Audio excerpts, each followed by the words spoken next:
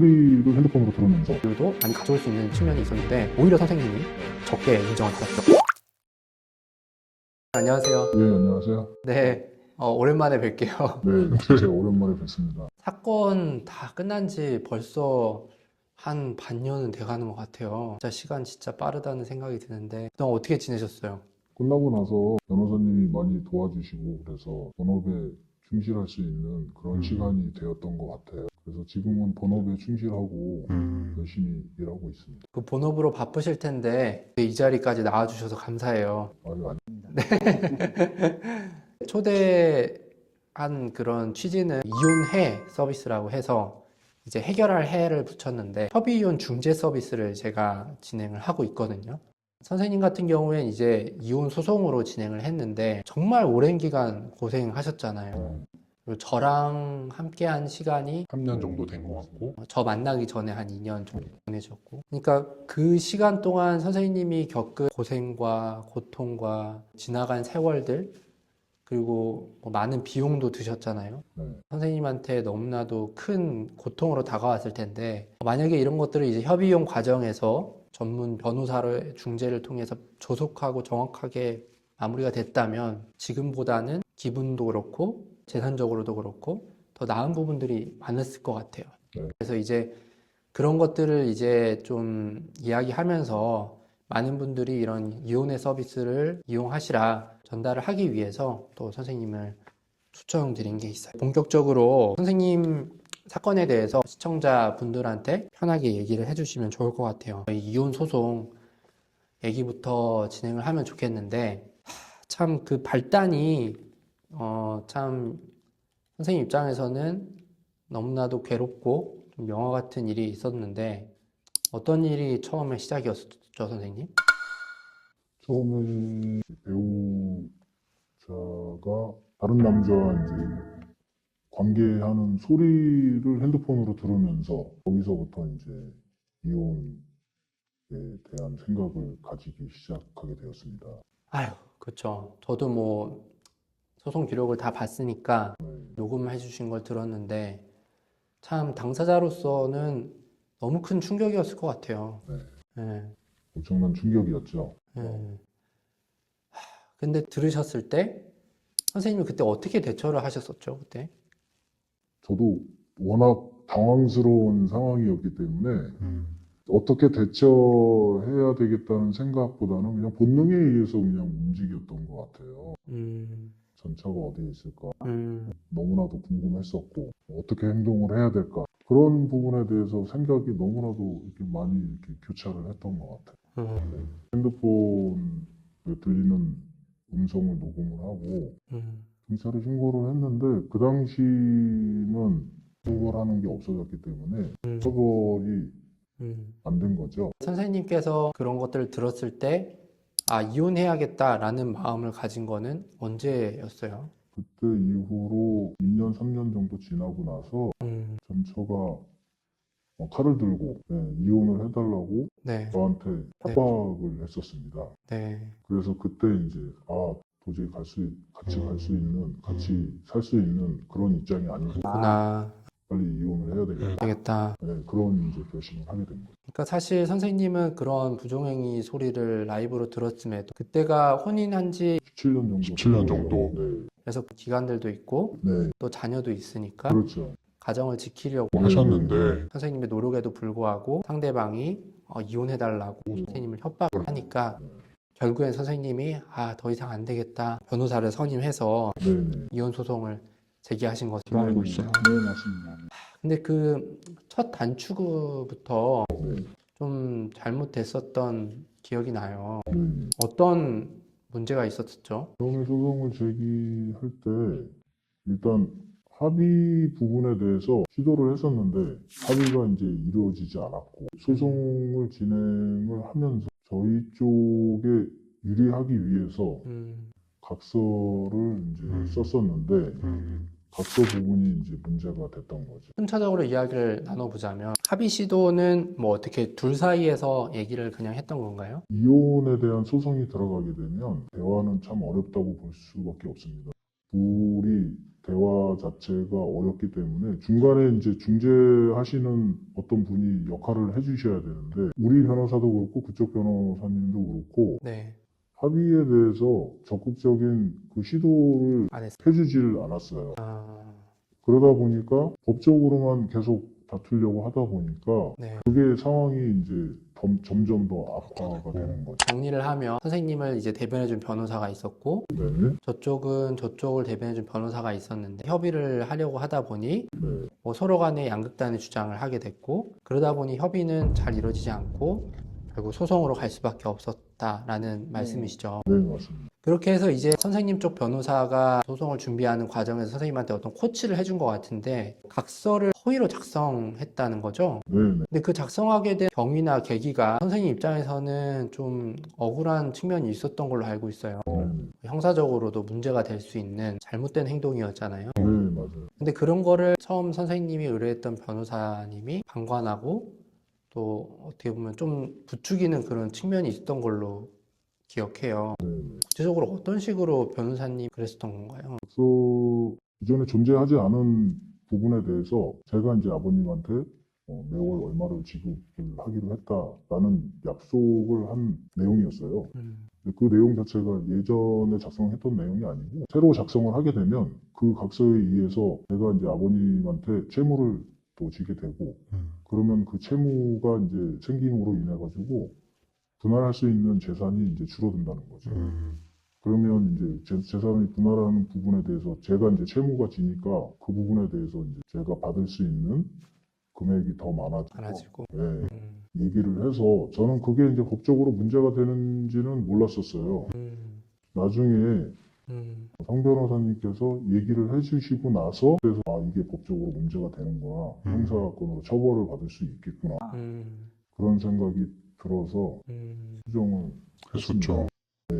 사실 선생님 입장에서 그런 게 문제가 된다는 거 알기 어렵죠. 왜냐면 변호사가 네, 그런 거를 이제 얘기를 하니까 네. 선생님은 법률 전문가도 아닌데 물론 뭔가 잘못한 행동 아닌가라는 의구심은 들 수 있지만 일단 선생님이 믿고 맡긴 변호사가 그런 식으로 진행을 하는데 선생님이 토를 달기는 어려웠을 것 같아요. 네, 맞습니다. 사실과 다른 각서도 쓰고 했지만 1심 결과가 좋지 않았던 걸로 기억해요. 어떤 식으로 결과가 나왔었죠? 재산 분할 문제가 제일 크고요. 두 번째가 이제 위자료 청구 소송에 대한 부분. 이제 두 가지로 나눌 수 있는데 재산 분할 부분에 있어서 제가 40%, 상대방이 60% 이렇게 청구를 받았고 그다음에 위자료 청구 소송에 3천만 원이 들어가 있었는데 그 기각돼서 한 푼도 못 받고 네, 그런 결과가 나왔었습니다. 부정행위 소리를 라이브로 들었고 네, 또 이혼해달라는 협박을 이제 당했는데도 위자료를 인정 못 받았어요. 그리고 재산분할금에 있어서도 사실 아버님으로부터 도움을 받은 부분들이 분명히 있었고 그래서 선생님께서 재산분할 비율도 많이 가져올 수 있는 측면이 있었는데 오히려 선생님이 적게 인정을 받았죠. 너무나도 이제 황당했죠. 억울하고. 변호사 비용을 적게 들이지도 않은 걸로 알고 있거든요. 그렇죠. 각서에 관련된 내용에 대해서 추가적으로 소송을 해서 변호사 비용도 추가로 좀 더 들었고 그리고 소송에 관련해서 그쪽이 요구하는 변호사 비용도 다 맞춰가지고 지급을 했었습니다. 근데 결과가 이렇게 나오니까 너무나도 억울하고 황당했죠. 그리고 나서 이제 저를 만났던 것 같아요. 네. 이런 문제를 어떻게 해결을 할까 하면서 이제 저를 찾아오셨던 기억이 나는데 기존에 했던 그런 거짓 각서 그런 주장을 유지할지 철회할지 그것부터 해서 고민을 많이 했었던 것 같은데 결국에는 그런 주장들을 전부 철회하기로 하고 정석적으로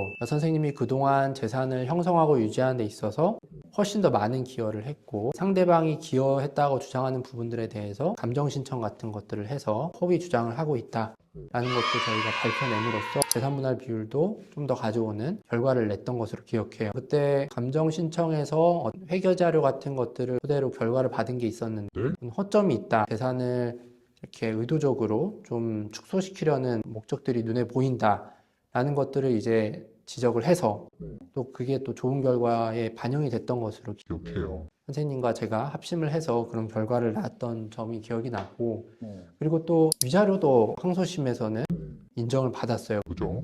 그때 얼마 정도 인정을 받았죠? 3천만 원 전액을 다 인정을 받았습니다. 네, 1심부터 저를 찾아왔다면 더 좋은 결과를 안겨드릴 수 있었을 것 같아요. 그래서 그런 점이 참 많이 아쉽더라고요. 이혼 소송 당사자도 어떤 변호사를 만나느냐, 그거에 따라서 결과라든지 또 여생에 있어서의 가지고 가게 될 재산이라든지 참 많은 차이를 하게 되는구나 하는 것들을 여실히 느꼈던 시간이었던 것 같아요. 이혼 소송 판결도 항소심에서 잘 끝내고 상대방이 상고도 제기했는데 상고도 탈 없이 그렇게 끝났던 것 같아요. 근데 항고심 끝나고 나서 또 문제가 있었죠. 이혼 판결에 의해서 선생님이 재산분할금을 상대방한테 줘야 됐었는데 현금으로 주라고 되어 있다 보니까 선생님 입장에서 그 현금을 확보할 수 있는 재원이 없어서 상당히 곤혹을 치렀던 그런 기억이 나요.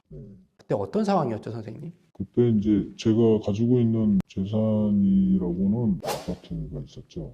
그쪽에 지급해야 되는 금액이 8억 정도 됐었는데 제가 가지고 있는 금액이 4억 정도 있었고 나머지 4억 부분은 어떻게 이제 지급을 해야 되느냐 그게 이제 커다란 문제가 됐던 거죠. 그 문제에 대해서 친구들한테 돈을 빌려야 되나 부동산밖에 없어가지고 바로 처분할 수도 없는 거고 그래서 고민을 많이 상당히 하고 있었는데 성 변호사님께서 해결 방법을 찾아주신 거죠. 상대방이랑 대화를 통해 가지고 제가 가지고 있는 50% 있는 지분을 10%를 그쪽에 넘겨주고 부동산을 그대로 40대 60으로 해서 보유하는 걸로 해결 방법을 찾아주셔가지고 지금도 계속 오르고 있는 부동산이기 때문에 보유를 하고 그쪽도 보유를 하는 쪽으로 해서 잘 해결이 됐던 것 같습니다. 그 협의 과정에서 상당히 좀 어려웠던 기억이 나요. 서로 간에 그간의 긴 소송 과정에서 감정적으로 많이 상했던 부분들이 있다 보니까 조금이라도 양보하기 싫어서 이제 선생님도 그렇고 상대방도 그렇고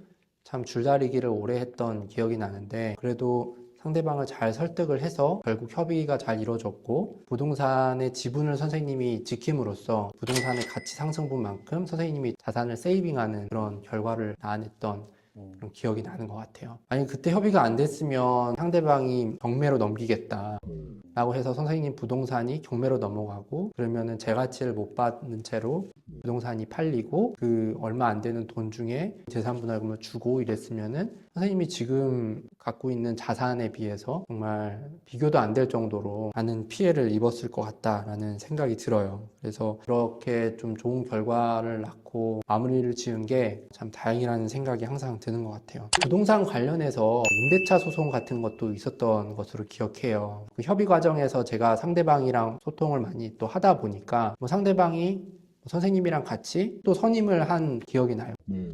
그래서 두 분을 다 제가 대리를 해서 임대차 소송도 잘 대응을 했던 또 기억도 나고 그리고 나서 이제 형사사건으로 넘어가면 아까 그 가짜로 만들었던 각서 관련해서 강제집행 면탈 저희가 이제 문제가 됐던 그런 사안이었어요.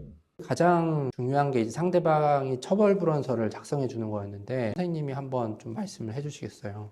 그때 이제 각서를 허위로 작성을 했기 때문에 전처가 고소를 하게 되었습니다. 그래서 각서를 쓴 당사자가 아버님과 저 두 사람이기 때문에 둘 다 형사적으로 처벌을 받을 수 있는 부분이 생긴 겁니다. 저는 전문가가 아니기 때문에 그 부분을 잘 몰랐었는데 나중에 형사건에 대해서 처벌이 나오고 나니 처벌 불원서가 굉장히 중요하다는 걸 느꼈습니다. 처벌에 대한 판결이 나오기 전에 송 변호사님께서 처벌 불원서를 받아야 된다고 추천을 해주셨고 고소인에 대해서 처벌 불원서를 써달라고 할 수 있는 그런 입장이 아니기 때문에 송 변호사님께서 고소인인 전처에게 직접 전화를 하고 협의를 해서 처벌 불원서를 이끌어낸 겁니다. 그게 형사적인 처벌에서 굉장히 감면이 된 결과가 나오게 되었습니다. 네. 저한테도 뭐 특별한 사건 중 하나인 이유는 상대방이 저에 대해서 좋게 생각을 해준 부분들이 있었던 것 같아요. 왜냐면은 임대차 보증금 사건도 잘 해결을 했고 그 이혼 사건 끝나고도 양자가 둘 다 손해를 크게 보지 않는 선에서 합의를 할 수 있도록 제가 이끌어낸 그런 것들도 있고 하다 보니까 처벌불원서 작성에 있어서도 제가 좀 더 편하게 연락은 할 수 있었던 것 같기는 해요. 근데 이제 처음에 제가 연락을 했을 때 절대 작성해주기 싫다 라고 이렇게 하더라고요. 그래서 제가 뭐 한 번 더 설득해 보겠다고 해서 두 번째 연락을 하고, 두 번째도 거절을 해서 세 번째 연락을 하고, 세 번째도 거절을 해서 네 번째 연락을 하고. 참 긴 기간 동안 수차례 연락을 해서는 결국에는 처벌보면서를 작성해 주시겠다고 했고, 또 그게 작성이 돼서 형사적으로 좋은 결과를 가져올 수 있었던 것 같아요. 그래서 저로서도 참 결과적으로도 그렇고 과정적으로도 그렇고 참 감사한 사건 중에 하나였던 것 같아요. 처음에 협의를 시도를 했다고 했잖아요. 그 당시 협의만 잘 됐다면 가짜 각서라느니 형사 고소니 처벌 불원서니 그런 거 다 필요 없고 정말 깔끔하게 두 분이서 협의해서 신속하게 정확하게 이혼을 할 수도 있었던 거잖아요. 근데 그렇지 못해서 정말 큰 고생을 양 당사자가 다 많이 했던 사건이 된 것 같은데, 그런 측면에서 선생님께서 제가 아까 말씀드렸던 이혼의 서비스, 협의이혼 중재 서비스가 얼마나 중요한 서비스인지, 또 얼마나 좋은 서비스가 될 수 있는 것인지, 여기 이혼을 결심하고 있는 당사자들한테 해주실 말씀이 있으실 것 같아요. 이혼을 하게 되는 극단적인 상황이 되면 서로가 대화 자체가 불가능해집니다. 그렇기 때문에 소송을 통해서 서로가 원하는 부분을 이제 얻어내려고 하는데, 그러다 보면 서로에게 소송하는 기간 동안 너무나도 많은 심적인 부담감과 변호사 비용, 그리고 소송을 통해서 결국은 제가 이제 5년 동안 해보니 마음의 상처만 받고 결과적으로는 좋은 결과를 얻었다고 생각을 할 수가 없어요. 그래서 제일 중요한 게 둘이 극단적인 상황에 있기 때문에 서로 간에 합의점을 찾아내고 대화를 한다는 게 불가능한 일이거든요. 그래서 믿을 수 있는 변호사님, 성 변호사님처럼 중간에 중재자의 역할을 하시면서 좋은 결과를 얻어낼 수 있도록 계속 유도하시고 끊임없이 제안을 해서 좋은 결과를 얻어내서 시간적인 부분과 비용적인 부분을 세이브할 수 있게 이끌어내는 게 제일 중요하다고 생각을 하고 있습니다. 네. 그게 또 중요한 이유 중에 하나가 자녀와의 관계에 있어서도 되게 중요하다는 생각을 저는 하고 있어요. 소송을 하게 되면 서로 못 볼 거를 본다고 얘기를 하지 않습니까? 그러다 보니까 자식을 자기 편에 끌어들이기 위해서 없는 얘기를 만들어서 상대방을 비방하고, 그로 인해 가지고 아이들이 이제 어리다 보니까 그거에 대한 판단력이 없어지거든요. 그런 거를 이용을 해서 자기 쪽에 유리한 소송을 이끌어내기 위해서 계속적으로 시도를 하는 그런 과정 속에서 서로에게 너무나도 많은 상처를 입게 되는 결과가 나오게 되거든요. 그래서 우리 아들 한 명 있는데 아직까지도 회복이 안 되고 있어요. 저뿐만 아니라 아들한테도 많은 상처를 입혔을 거라고 생각이 들거든요. 그래서 소송을 통해서 진행하는 거에 대해서는 그런 부분까지도 고려를 하셔가지고 많은 상처를 가족 모두가 다 받을 수 있다는 걸 항상 생각을 하셔야 될 것 같습니다. 네. 실제로 제가 많은 소송들을 하면서 자녀가 그 부부간 싸움에 이게 개입돼가지고 어느 한편에서 다른 한편을 비방하고 욕하고 그 과정에서 관계가 악화되고 하는 것들이 참 빈번하게 일어나더라고요. 이제 그런 것들을 막기 위해서라도 협의 이혼을 중재해서 최대한 빠르고 신속하게 그리고 또 정확하게 이혼하는 게 너무나도 필요하겠다, 중요하겠다라는 생각을 제가 많이 하게 됐던 것 같아요. 그래서 선생님이 말씀해 주신 거에 더해서 뭐 좀 부끄럽지만 시청자들은 저를 잘 모르는 분들일 테니 저에 대해서 이렇게 좀 소개해 주시면 감사할 것 같아요. 제가 이제 성 변호사님을 알게 되고 나서 처음에 판결 결과에 대해서 너무나도 실망감도 많이 느꼈고 힘들었었습니다. 그때 성 변호사님을 이제 만나게 되었고, 실패한 부분에 대해 제가 결과를 제대로 못 받은 부분에 대해서 정확하게 분석을 해주시고 잘못된 부분을 수정해 주시고, 그런 부분을 통해서 제가 나아가야 될 방향을 정확하게 설정을 해주셨던 것 같아요. 그러면서 제가 이제 심적인 부분도 많이 추스리게 되고, 그리고 형사건이나 임대차 부분에 대해서 임차인이랑 관계에서 많은 도움을 많이 주셨던 것 같아요. 상대방에 대해서 협의하는 과정 속에서 힘들어하지 않으시고 항상 성심성의껏 하시려고 해주시고, 그런 부분이 저한테 너무나도 많은 도움을 얻게 된 거고, 저도 실질적으로 좋은 판결을 이끌어낼 수 있는 부분이 아닐까 생각을 하고 있습니다. 성 변호사님은 항상 성실하시고 제 입장에서 항상 노력해 주시고, 그런 부분에 대해서 항상 감사히 생각하고 있습니다.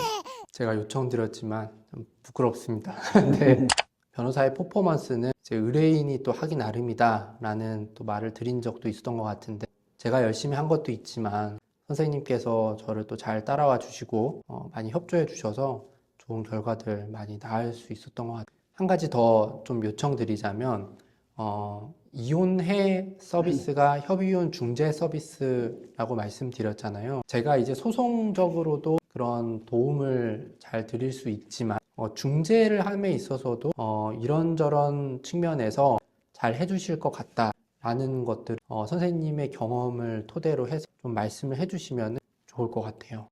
제일 중요한 게 협의하는 과정 속에서 이제 당사자와의 대화가 이루어질 수가 없기 때문에 상대방이 뭘 요구하고 그다음에 제가 뭘 요구하는지 그래서 객관적으로 봐주시고 그리고 제가 얘기를 하는 부분에 상대방이 어떻게 생각을 할지 지속적으로 얘기를 해주시고 그러면 제가 이제 어떻게 수정을 해야 되고 이런 부분에 대해서 다시 한번 생각할 수 있는 기회가 올 수 있다고 생각이 들거든요. 그리고 아까도 말씀드렸다시피 제 입장에 서서 말씀을 해주시고 합의점을 이끌어낼 수는 없는 거거든요. 그러면 이제 송 변호사님께서 힘들지만 여러 번 계속적으로 시도해 주시고 그러다 보면 상대방이 또 송 변호사님을 또 신뢰를 하고 그다음 저에 대해서 부정적인 부분도 조금 누그러지고 이런 과정 속에서 좋은 결론이 나올 수 있다고 생각을 하고 있습니다. 그래서 송 변호사님께서 지속적으로 많은 이제 시도를 해주시고 많은 배려를 해주신 부분에 대해서 항상 감사하게 생각하고 송 변호사님이 좋은 결과를 또 이끌어내실 수 있으라고 저는 생각을 하고 있습니다. 아유, 감사합니다, 선생님. 의뢰인 입장에서 본인의 얘기, 그러는 것들이 이제 많은 부담도 되고 부끄러워하는 분들도 많이 계시는데 또 영상에도 올린다고도 했는데도 기꺼이 이제 응해주시고 좋은 말씀도 많이 해주셔서 정말 저는 이제 바라는 거 이제 선생님을 통해 이미 이혼하기로 마음 먹은 분들이 있잖아요. 뭐 재산분할금을 조금 더 주네. 이것 때문에 이제 협의가 소송까지 가서 3년, 4년, 5년 시간들을 호송 세월하고 또 비용도 많이 낭비하는 케이스들이 누구보다도 많이 바라고 있거든요. 그런 분들이 이제 선생님 말을 듣고 뭐 저든 뭐 다른 사람을 통해서든 협의혼 중재를 받으시 세월을 아끼고 또 비용도 또 그 과정에서 뭐 자녀도 덜 상처받고 그렇게 한다면 너무나도 뿌듯하고 보람된 마음을 가질 것 같아요. 그런 결과 지게 되면 제가 또 선생님한테도 피드백을 선생님이 이렇게 한 좋은 취지로 잘 사용됐구나 생각하실 수 있도록 제가 또 피드백도 잘 드리도록 하겠습니다. 네, 그러면 오늘 함께 해주셔서 감사하고 시청자분들한테도 인사드리고 오늘은 여기서 마무리 짓는 것으로 하겠습니다. 네, 감사드립니다.